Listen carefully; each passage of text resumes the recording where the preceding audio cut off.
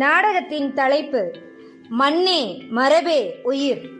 கதாபாத்திரங்கள்: நம்மாழ்வார் செல்வம், ரசாயன உரம் பயன்படுத்தும் விவசாயி; கதிர், இயற்கை விவசாயம் கற்க துடிக்கும் இளைஞன். காட்சி 1. செல்வத்தின் விளைநிலம். செல்வம் தனது நிலத்தில் ரசாயன உரத்தை இறைத்துக் கொண்டிருக்கிறார். அப்போது கதிரும் நம்மாழ்வாரும் அங்கே வருகிறார்கள். என்ன செல்வம், மண்ணுக்கு விஷம் வைக்க போறீங்களா இல்ல மண்ணையே கொல்ல போறீங்களா? என்ன ஐயா இப்படி சொல்லிட்டீங்க? இந்த உரம் போட்டாதானே பயிர் சட்டுன்னு வளருது, பூச்சி மருந்து அடிச்சாதானே புழு சாகுது, அப்போதானே லாபம் கிடைக்கும். தம்பி செல்வம், நிலத்தை வெறும் லாபம் தர மிஷினா பார்க்காதீங்க. அது ஒரு உயிர். நீங்க போடுற ரசாயனம் நிலத்துல இருக்கிற மண்புழுவை முதல்ல கொல்லுது. மண்புழு தான் மண்ணோட குடல். அது செத்துட்டா மண்ணும் செத்துரும்.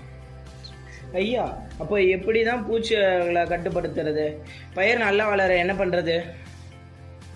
தம்பி கதிர, இயற்கையில பூச்சின்னு எதுவும் கிடையாது.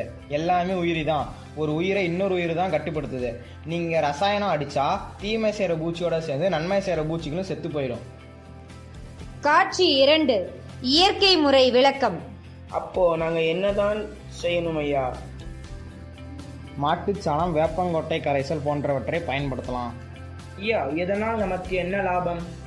பெரிய லாபம் இருக்கு தம்பி. முதல்ல விவசாயி கடன் இல்லாதவனா மாறுவான். கடையில போய் எருவோ மருந்தோ வாங்க தேவையில்லை. 2வது, சாப்பிட்ற மக்களுக்கு விஷமில்லாத உணவு கிடைக்கும். உணவே மருந்துன்னு வாழ்ந்த நாம இப்போ மருந்து உணவுன்னு வாழ்ற நிலைமைக்கு தள்ளப்பட்டிருக்கோம். கண்டிப்பா அதை மாற்றணும். காட்சி 3. முடிவு. செல்வம் உர மூட்டையை ஓரமாக வைக்கிறார். ஐயா, கண்ணை திறந்துட்டீங்க. இனி என் நிலத்தில் ரசாயன உரமே கிடையவே கிடையாது. மகிழ்ச்சி தம்பி. உழவுக்கும் தொழிலுக்கும் வந்தனை செய்வோன்னு பாரதி சொன்னாரு. ஆனா நான் சொல்றேன், இயற்கை விவசாயம் காப்போம். இனி வரும் தலைமுறைக்கு நல்ல மண்ணை விட்டு செல்வோம். வாழ்க இயற்கை விவசாயம். இயற்கை விவசாயம் செய்து இயற்கையோடு இணைந்து வாழ்வோமே. விண்வெளியில் தேடினோம் வேறொரு பூமி